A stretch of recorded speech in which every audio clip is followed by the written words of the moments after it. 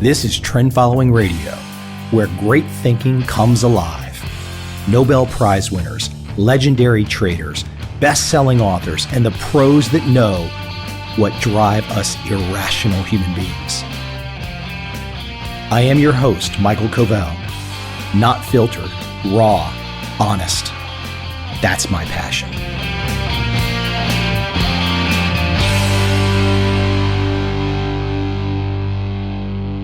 Let me jump in where I want to go today, right off the bat. I'd say it's a couple of years ago. A trader, an investor, a hedge fund manager, a venture capitalist named Brad Rotter was telling me that technology was arbitraging away the need for human capital. People just weren't needed anymore. And I guess that makes sense intuitively. You know, if you think about the manufacture of automobiles, less and less people are needed because robots are taking over. In fact, speaking of robots taking over, there's a great 60 Minutes piece in the last 3 weeks about robots eliminating the need for people. And actually that jobs might come back to America one day, not for people, but for robots. And if you look at all of society today, and following up on Brad's original comment to me, if you look at society across all levels, there's just an elimination for the need for people. So if you have a good job, whatever that definition is these days, count yourself lucky. Count yourself lucky. Because at some stage of the game, there's a very good chance you won't be needed. You will be replaced with someone who will take less money or a robot who requires no money. That's pretty brutal. Now, since I originally heard that comment from Brad, and I should offer this too, a little bit more about who he is. I believe he was Richard Dennis's first investor back in the day. I'm thinking back to my second book, The Complete Turtle Trader. And he was an early investor with Tom Shanks. And maybe it was his father was an early investor with Tom Shanks, one of the turtles. And so Brad has had tremendous success with trend following. But once he made that comment to me, it stuck with me, and I started to see more and more and more examples of this. Go look at Seth Godin's website. Go read Tim Ferriss's blog. Go read Zen Habits. Everything that's being done by people that are awake today, that's being written by people that are awake, that's being spoken by people that are awake, and I like to include myself in that camp too, is all about the need to get out in front of the idea that your value inside of a corporation or a company and the job that you do can be replaced and will be replaced most likely. And so it's hard to build a life around, the whole 1950s ideal of the white picket fence, the little house, and security. Security is a thing of the past. So now what? What do you do in the face of that? Well, I think it's one of the most exciting times ever. Exciting, yes. Jobs are being eliminated. They're never going to come back. No politician is ever going to tell you the truth. These jobs aren't coming back. You're never going to be taken care of again. And you know what? For the vast majority of people, they should be jumping up and down and screaming and yelling with joy, with glee, because it's a kick in the ass. It is a full bore kick in the ass to say, do something that matters. Do something that matters. Make something happen. Create something, art of some form. Do something that when you look back and you're 90 years of age, you won't just say that you clocked in every week, working for the man, not really doing something that you loved. And once again, clocking in for the man is something that can be pulled out from underneath your feet at any moment in time. But how can you not imagine the future in the face of what we see? I mean, who wants to be a desk jockey working for the man for minimum wage? Who wants to be a Walmart greeter? Who wants to be a Starbucks barista? Really, nobody does. They don't pay you hardly anything in terms of money. I mean, somebody can rationalize these professions and they can come up with an excuse to convince themselves that they really love being a cog in the wheel, being paid minimum wage for some massive corporation. They can convince themselves of that. And maybe it sounds good without having any other experience or exposure to what is the magic elixir. The magic elixir, the thing that's kept me going most of my adult life. The simple little notion of being an entrepreneur. And an entrepreneur is real simple. It's real simple. I create something of value, you like it, and you give me some of your money. It's an exchange. It's a simple exchange. But the great thing about it is that you control it. As an entrepreneur today, you control it. You're the person in charge. You don't have to work for, everyone has got some kind of a skill. Everyone has got some kind of an insight they can add. Everyone brings something to the table. But people are scared and they're afraid to fail.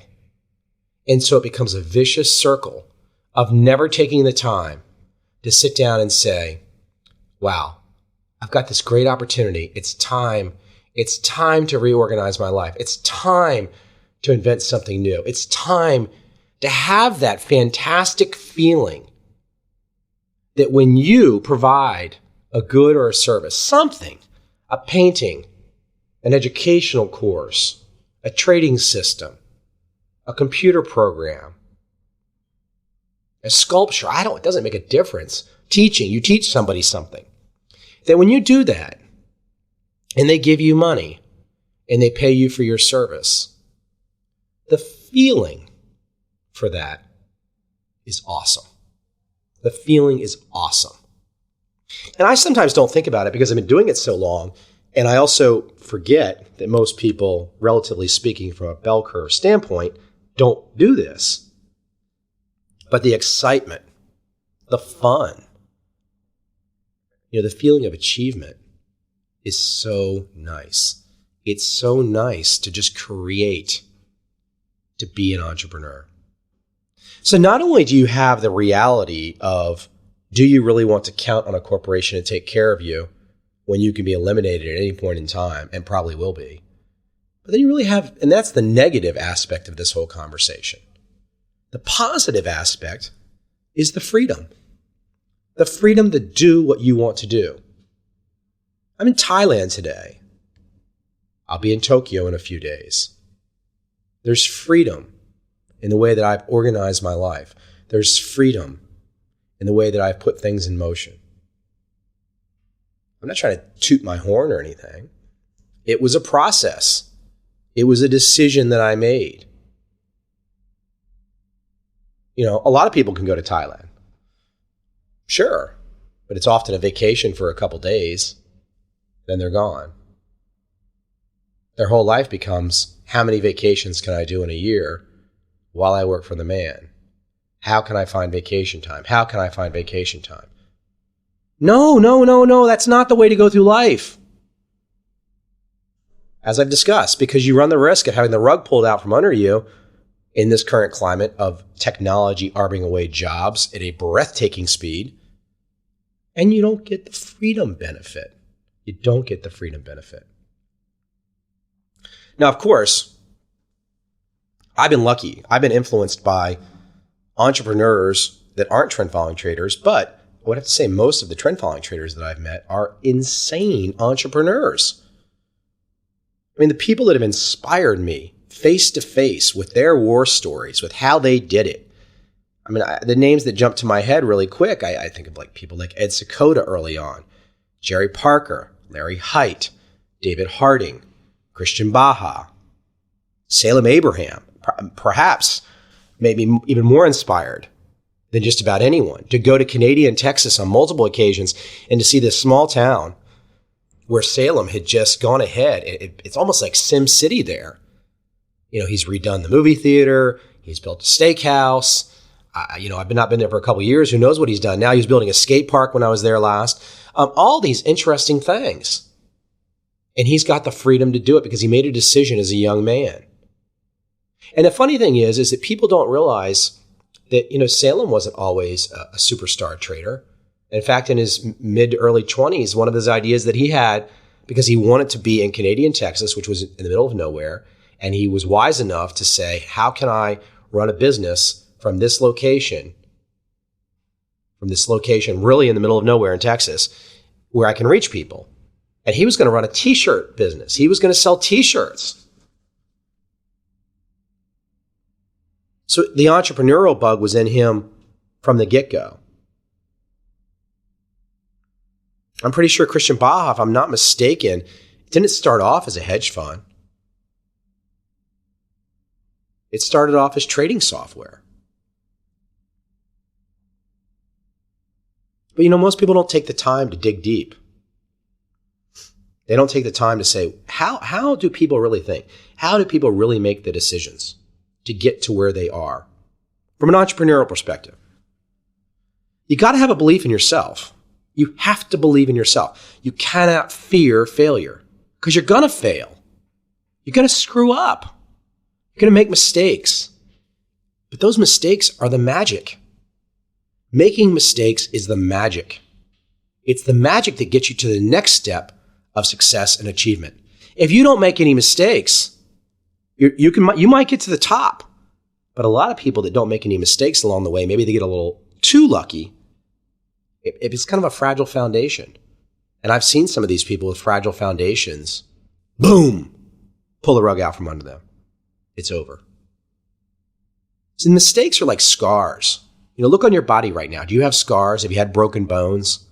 They tell a story, right? They tell you a story. They remind you of where you screwed up. I can look at my shin and I can see nail holes on my shin. I can look at my right toe and I can see where I kicked a door in. I can look at my fingers and know as a baseball catcher, almost all of my fingers were broken so many times I can't count. I can look at my chin and I got, 30 stitches in my chin. All of these things, all of these experiences. Actually, you know what? I think I can look at my ear and see at one point in time there was an earring in my ear. How pathetic is that? But you know what? You learn from all of these things and they stick with you. And these mistakes, these lessons, I'm just talking physically right now. I'm just making the example of like physical imperfections. You learn from them. So if you don't make mistakes, you can't learn, you can't grow. But when you make a mistake, you got to own up to it. You got to own it. You can't run from it. Because if you're facing disappointment, if you're facing discomfort, if you're facing something that's not going your way, and you run away, especially if you're in a good situation, because sometimes people can be in the middle of a great situation and the heat gets a little hot and they want to run. They want to run. They want to tuck tail and run because they don't want to feel like somebody can see them. They don't want people to really see the real them. That's not any good. You want to put it all out there. You want to be all out there. You want to be transparent. You want to be translucent. You want to be see-through. Oh, sure, there might be some business strategy that you hold close to the vest. I get it. That's fine. But look, we are in a world that is really bizarro these days. And sadly, instead of people realizing that the jobs are being arbed away, instead of them realizing the positive aspects of becoming an entrepreneur and making the sacrifice to get there, to buckle down and really say, I'm going to win. Whether you're going to become a trend-following trader or an artist, I don't care. Whatever the example might be, a teacher, a first-grade teacher, you're going to buckle down and win. And you know what I think one of the biggest impediments to that is? It was something that I did in my film. And before I became the director of my film, a guy had been hired to be a director, and he got fired because when he got to post, he had all kinds of crazy ideas involving green screens, and I didn't know what he was talking about, so he had to go. But the great thing with the film was an idea that he brought to the table. He brought the idea, I think it was bandied about in circles of the group that was working on the film, so I'm not going to give him complete credit, but he wanted to go to a sheep farm. It was one of the first shoots for the film, and we went to a sheep farm. And so the great thing about seeing the sheep is to realize that, yes, there is protection in numbers. The group offers comfort. The group can make you feel special because everyone in the group feels more special when they're in the group. They feel protected. They feel loved. But if the group isn't moving with all deliberate speed to find the best case scenario for each individual in the group, and if people give too much time to the group, well, I think we all know what happens. Disappointment. And if you think about it also, too, just from the market's perspective, I mean, obviously, market behavior is governed by sheep behavior. Look, I love standing outside the crowd. I don't want to be in the crowd. I'll talk to crowds. I'll have groups of friends, but I don't like being in a crowd. I don't like group decisions. Group decisions are always inefficient. Group decisions are never the best decisions. So be inspired. Wake up tomorrow and say, I'm going to do something different. I'm going to put the time in to understand why there are certain economic pressures that are eliminating jobs. If you don't understand, drop me an email. I'll try and explain it. There's a ton of details out there. If you want to see the raw numbers, the raw research, so to speak, of what's going on in society that's eliminating the normal way that people have expected to get ahead. The normal way being, you take out a student loan, you go to school, you think there's going to be a high-paying job, you get out of school, there is no high-paying job, you've still got the student loan, perhaps you get saddled with a mortgage, perhaps the house goes down 20%, then you can't get out of that. It becomes quite a vicious circle. And so I just want people to look at it a different way. Not to be that person. To be the person that says, I don't need anything right now. All I need is my wit, my smarts, my enterprising spirit. And I'm going to make something happen. I'm going to make people believe in me. Make them believe in me and compensate me for what I can deliver to them, for the value that I can bring. Come on now, it's time to get out in front of this. You don't want to be one of those human carcasses attached to the matrix. You don't want to be an empty life vessel. Make it happen. Wake up. There's never been a better time than right now. And as for as much negative information there is out there on society and jobs, and I hate that word, it's a great time to be an entrepreneur. It's a fantastic time, the best time ever to make something happen. Right now, you can do it. Start marching. Wake up each day. Just do something little. Do a little bit each day. Do just a little bit. Start something. Get in the habit of doing a little bit. A little bit of something. If you do a little bit of something every day, whether it's trading, whether it's exercise, the habit will build. The habit will build. Start small. The habit will build.